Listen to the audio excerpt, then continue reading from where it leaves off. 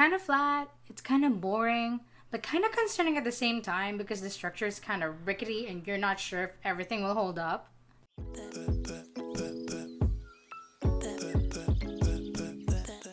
What is up, fellow fiction fanatics? Hello, I'm Fiction Fixer, and welcome to my channel and my first video. I am a creative writing graduate, and I review written works in my blog. Link's gonna be in the description down below if you want to check it out.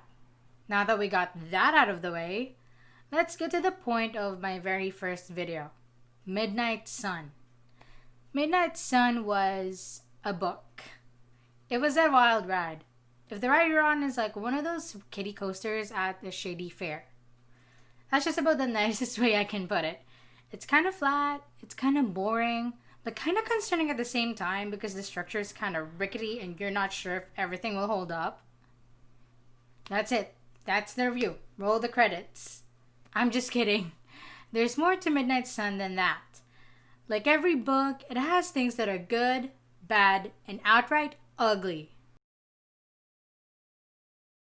Okay, to contextualize everything, I was a Twilight fan. Not exactly a twihard, but I did like the first 3 books when I was in high school. But I did jump ship once Jacob imprinted on a baby. So, I'm just saying this so y'all would know I'm not someone who criticized the book without context. Also, spoiler alert to everyone who hasn't read the series yet, there will be spoilers. The first good thing about Midnight Sun is that it does show Stephenie Meyer's efforts to try a new writing style. Edward's point of view sounds like he's stuck in the English Gothic era, which is like in the late 1800s to early 1900s. Some other Gothics extend way back in the 1700s too, like the German Gothics, but we're not talking about those. We're just restricted to American and English Gothics. Edward's language is flowery, even more flowery than Bella was in the first book. He also extends his sentences and uses words not commonly used in the colloquial language or everyday language, that's kind of the go-to when writers want to emulate a Gothic vibe. So, it's a little easier to do, but I appreciate the effort. But it is also fitting since a lot of famous vampires come from the Gothic tradition. But my problem with the way Meyer wrote this is Edward's so repetitive. We get it. He's a tortured soul, damned all the way to the deepest pits of hell because he's a vampire. That's the conceit of the whole romance or plot of this book. But he doesn't need to repeat his thoughts about being so damned and tormented every 5 seconds. This brick of a book would honestly have been half as thick if Edward's thoughts weren't so repetitive. Let me share a writing advice for all of you. Excessive repetition does not a theme make. It's just on the nose at this point. It really was exhausting to read and not in a good way. I know Meyer was going for living the experience of being in an immortal's head 24/7 and not being able to sleep. But damn, I didn't read about Edward doing too much interesting stuff. Does Edward watch TV, movies, read books, I don't know, get a hobby? Or does he think all of this is too plebeian for his condescending ass? That's another problem we'll get into later, maybe at some point. Another good thing about this book is that the vampire's powers were actually written in an interesting and immersive way. Later on, when James, Laurent, and Victoria arrive, the Cullens all try to pass Bella off as a vampire. And this is what Jasper did. Pause it if you want to read it slower. This power isn't visual nor physical. It's actually tough to write a power like this. So I think Meyer did pretty good showing the effects of such an intangible emotional power. Seriously, why can't we just get all the cool, decent potential in Twilight into a series instead of this cluster? Meyer gets teenage angst and melodrama right, let's give her that. But there's also a line into the romanticization of Edward's actions that doesn't sit as okay with me. Again, I'll elaborate later. Emmett Cullen. In all the 15 years that people have waited for Midnight Sun, Emmett's big himbo energy is unexpectedly the best thing that has happened in it. Of course, other characters, especially other vampires, get a bit more fleshed out, but Emmett's characterization is just the best. He's funny, he teases Edward to get him out of his brooding. Edward mentions how much Emmett loves Rosalie, and it's also shown here. In one hunting scene, Emmett's upset that a bear tore the shirt Rosalie gave him. Upset. Because a gift from the person he loves got wrecked. When will Edward Cullen ever? There is one scene that I had a problem with though, when Emmett restrains Bella because Edward asked him to without Bella's consent, and we're not here for that. Please do not restrain people, especially without their consent. But getting back to the point, that scene aside, Emmett's humor and teasing just brought out so much light into the constant midnight dreary that is Edward's point of view. I just want a whole ass book in Emmett's point of view.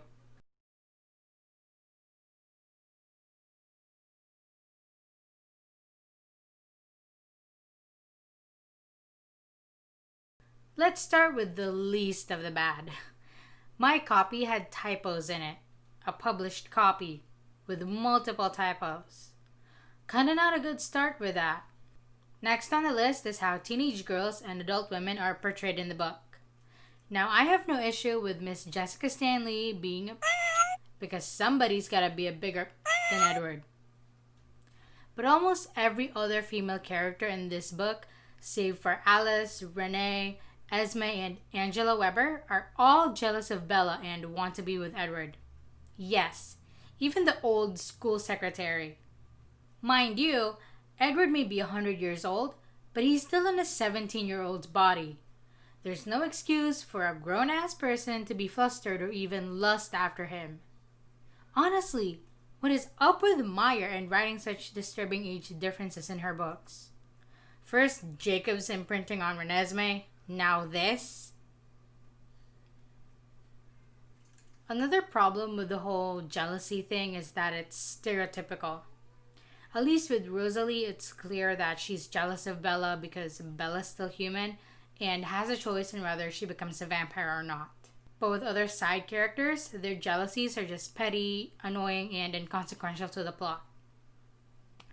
They also serve to be juxtapositions for how nice Bella is. But being nice isn't a personality trait. Nice is just a baseline for human/creature decency. In addition, these women, jealous of mousy, little, bookish brunette Bella, are almost always described as beautiful.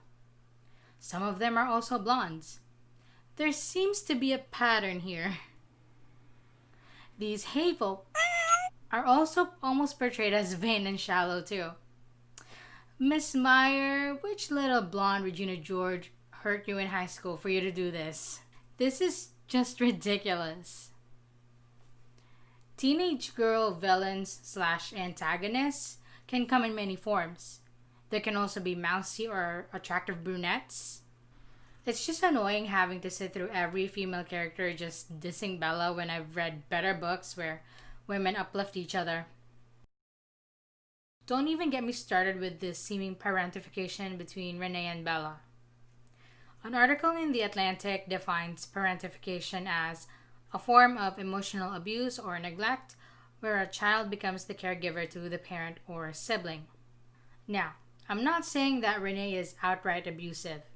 I'm just saying that the description of Renee's and Bella's relationship has been constantly described as Bella is the parent and Renee is the child. It looks bad because women, especially single moms or divorced moms, have already been portrayed in the media as helpless enough as it is, and infantilizing them makes it even worse. It's not bad to have an airheaded person as a motherly character, nor is it bad that mothers have a life outside of their children. But when these things are juxtaposed in order to make it look like the child is selfless for taking care of their parent, especially if the child is just a teenager, then that's kind of where the problem is. It makes a martyr out of the child. Research actually shows that this parentification can have negative effects on a child's mental health. But note that able bodied and neurotypical parents are different from sick and disabled parents, but the statement still applies.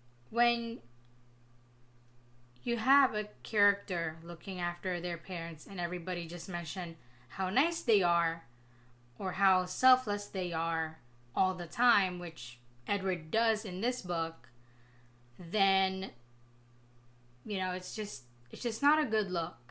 It's fine if it's mentioned, once, twice, but if it's constantly mentioned and it's notable how like selfless it is, it sounds like inspiration, and it's just no, thank you. The parentification research done by Jennifer A. Engelhardt from Columbia University concluded that parentified children experience insecure attachments with a parentifying adult, which tend to carry forward into adulthood, affecting future relationships with others and even potentially the parentified individual's own children. And findings on attachment issues arising from the experience of parentification may illuminate potential pathways through which other outcomes such as mental illness and social problems arise. Is Renee a bad mother? We can't really fully know because we haven't seen Bella grow up under Renee's care. But the way that it has been portrayed in the series, and with how we see Renee act and think around Bella, there's some questionable parenting going on, and it partly explains the brunt of Bella's attachment to Edward, who just happens to give her attention so quickly. I may be reaching, since again, we don't get Renee's story, but it's definitely something to consider since Meyer spent a lot of time talking about how childish and seemingly incompetent Renee is. This kind of inattentive parenting is also just a problem in YA in general, but that could be a whole other video on its own. On the note of portraying women, just a content or trigger warning for violence ahead. I'll let you know when the content is over so you can skip ahead. There's a surprising amount of violence against women and links between and violence, not just in this book, but in the series as a whole. Number one, there's a Bella's almost in Port Angeles. Number two, Rosalie was in her backstory. Talking about serious issues such as assault and violence in fiction is fine. Granted that the work handles the topic with nuance and respect to the victim, not just a shock factor. But I don't feel like Midnight Sun or the Twilight series did this justice at all. I'm not going to expand on Rosalie's situation because we know so little of it and Rosalie's reactions at the time. But with Bella, we do get the scenario as it happens. My critique here is that after Bella's saved, there's a moment of relief, but Bella then asks if Edward's okay, as if she's the one responsible for his reactions and violent thoughts towards her attackers. The focus is taken away from the victim, and it's only after Bella asks about Edward that Edward asks if Bella's okay. Shouldn't that be your first question if you saw someone you know in trouble? Also, Edward relying on Bella to quell his murderous rage isn't such a good thing either. It puts more emotional labor onto someone who's already emotionally distressed. I'm not saying people shouldn't share problems with each other, but some semblance of evaluation should be done.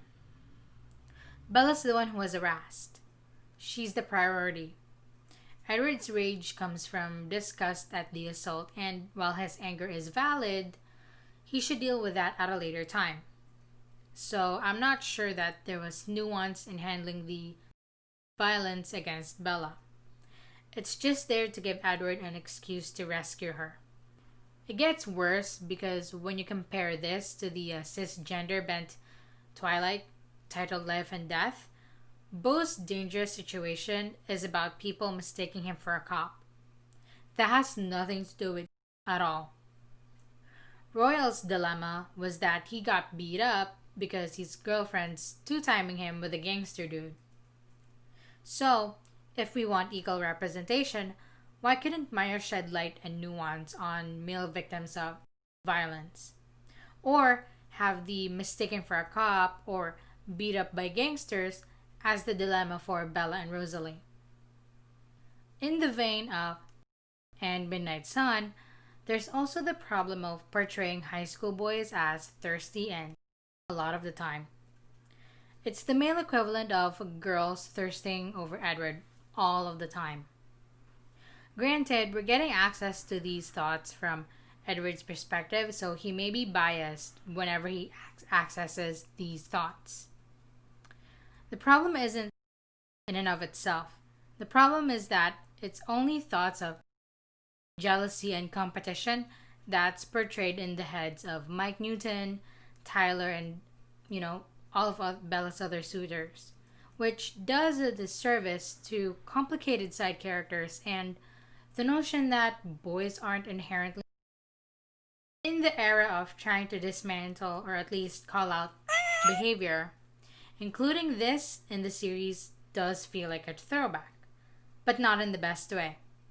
In addition, these boys' thoughts are juxtaposed against Edward's refusal to lust after Bella, so that Edward looks like an oh so respectful king.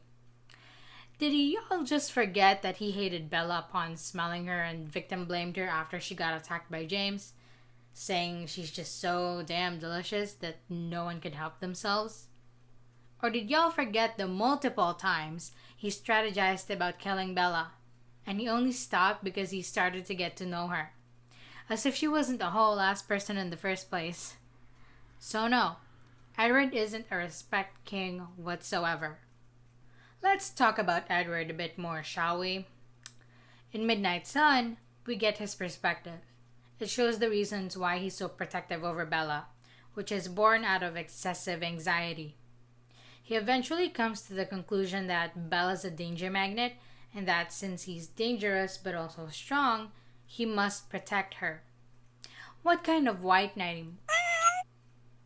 His response to his excessive anxiety isn't good though. Those of us with anxiety do not resort to stalking people we care about. His decision to stalk Bella crosses private boundaries and is reflective of how he already feels connected to Bella despite their conversations being negative 90% of the time, where Bella's snippy and frustrated at him for being so cryptic or worried she'd made him angry somehow. But he, lacking the basic conversation etiquette, doesn't verbally clear it up with Bella. Instead, he says, why doesn't she understand? And tells Bella, no, we shouldn't be friends. I'm dangerous, like the edgelord that he is. It's mind-boggling how he and Bella fell in love based on their conversations, honestly.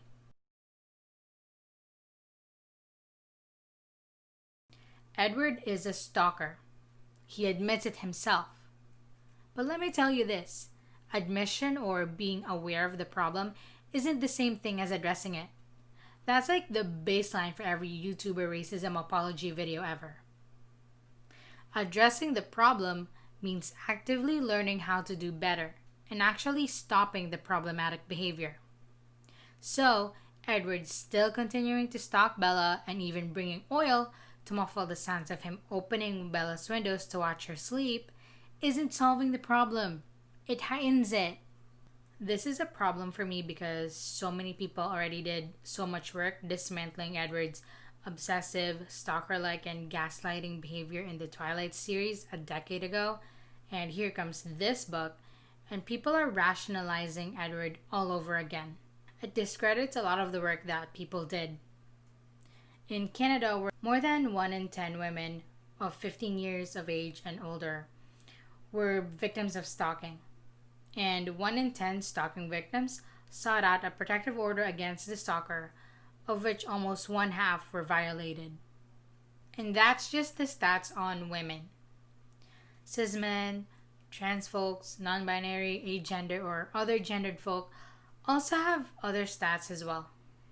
Stalking is an issue not taken seriously enough, at least not by law enforcement. The Twilight Saga and Midnight Sun might be fictional, but fiction does affect real life in so many ways. I mean, we won't be here, I won't be doing this if it didn't. That's why bringing context, nuance, and awareness to issues in fiction is so important. It's not just teens or people trying to emulate violent fictional acts in real life that we need to worry about. We also need to be aware of how dangerous behaviors are rationalized so that people can look out for warning signs and try to avoid or get out of dangerous situations. Not only that, but also so that stalkers or abusers cannot use these fictional incidents to validate their behavior. The last point I'm talking about is how the Quileute characters in this book are portrayed. Jacob's one issue because of the whole imprinting on a baby and anger issues thing, but I'm just going to focus on Billy, Jacob's dad, since Jacob's just introduced here. Billy's first reactions to Edward from Edward's perspective are shock and anger.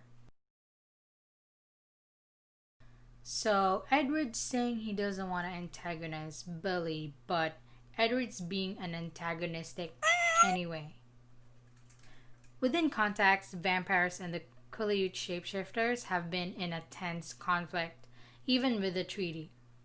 But Edward's framing, or perspective, lacks the empathy or reasoning he should have because his family was the one to disturb where the Quileute live.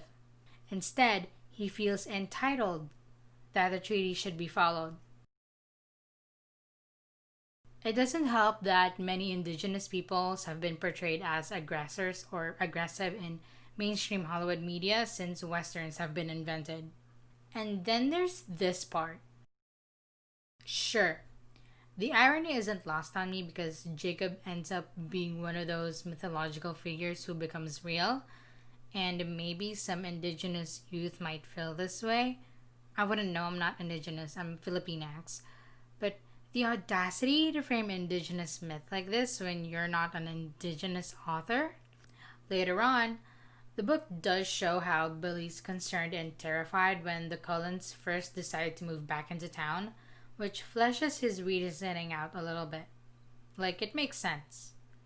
Would you let a vampire like Edward move into your neighborhood? Actually, some of you don't answer that. Let me rephrase. Would you let your worst enemy move into your neighborhood? All of this, given the context, sure, it kind of makes sense. But it really could have been portrayed a lot better because Edward's entitlement and assumptions just make Billy, who's a leader looking to protect the community, look unreasonable and bad. There could have been tension without Edward being an antagonistic as well. In addition to all of that, let's remember that Meyer did little research on the Quileute's customs, mythologies, traditions, etc. A research article by Joanna L. Siegel from the University of Pennsylvania said, but representatives of the Quileute nation have clearly articulated that, although wolves are a part of traditional mythology, there's no mention of werewolves or wolf-based supernatural creatures in Quileute lore. Humans are thought to have been transformed from wolves into their current form as rather than the opposite. The Quileute peoples did have differing perspectives on their inclusion in the saga. Some of them were wary about how they're represented in Twilight, but some said, this is our opportunity to educate people on Quileute history.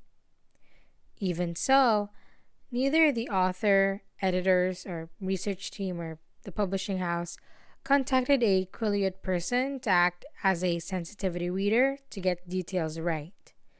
As much as I push the narrative and research responsibility to Meyer, I also put this research responsibility to the editors and the publishing house because they didn't work on getting Quileute representation right. I'm not going to speak on how the Quileute people feel about this. I can only speak from a sociological and creative standpoint in that authors not writing about their own culture, race, religion, gender orientation, or ethnicity, or etc., Should do a ton of research and actually try and reach out to people that have the traits of characters they're writing about to avoid presenting stereotypes, especially harmful ones that could hurt the very real community they're fictionally writing about. Condescending to high school teachers who are underpaid and overworked, as if he didn't get 100 years of knowledge and white privilege as advantages in life. 100 years and you'd think he'd be less of a negging Bella and her appearance. Constantly portrays Rosalie as shallow and empty headed, white knighting Bella. Pretentious with his music as if only classy people can enjoy classical music or as if only classical music can be soothing. Is boring with his powers. Is melodramatic. Looks like he'd listen to MCR once and be like, they sold out to the big record label. By the time MCR reached their Killjoy era, doesn't listen to Bella's no's no matter what form it takes. Why won't you leave me alone is a no, you delights in Bella's misery and discomfort over and over again. But he's hot diggity dang hot, so this list is totally void, right? Look, if you enjoyed Midnight Sun, good for you. Have fun with your life. I'm not a reading gatekeeper, so I'm not judging you. Just please listen to the reasons people find this series troubling. That's all we ask. So, what's my verdict on Midnight Sun?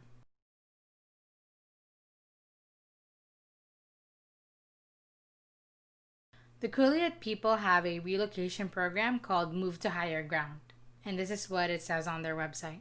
In 2012, after nearly 50 years of tribal leadership fighting for what's rightfully theirs, President Obama signed legislation returning hundreds of acres of Olympic National Park land to the tribe.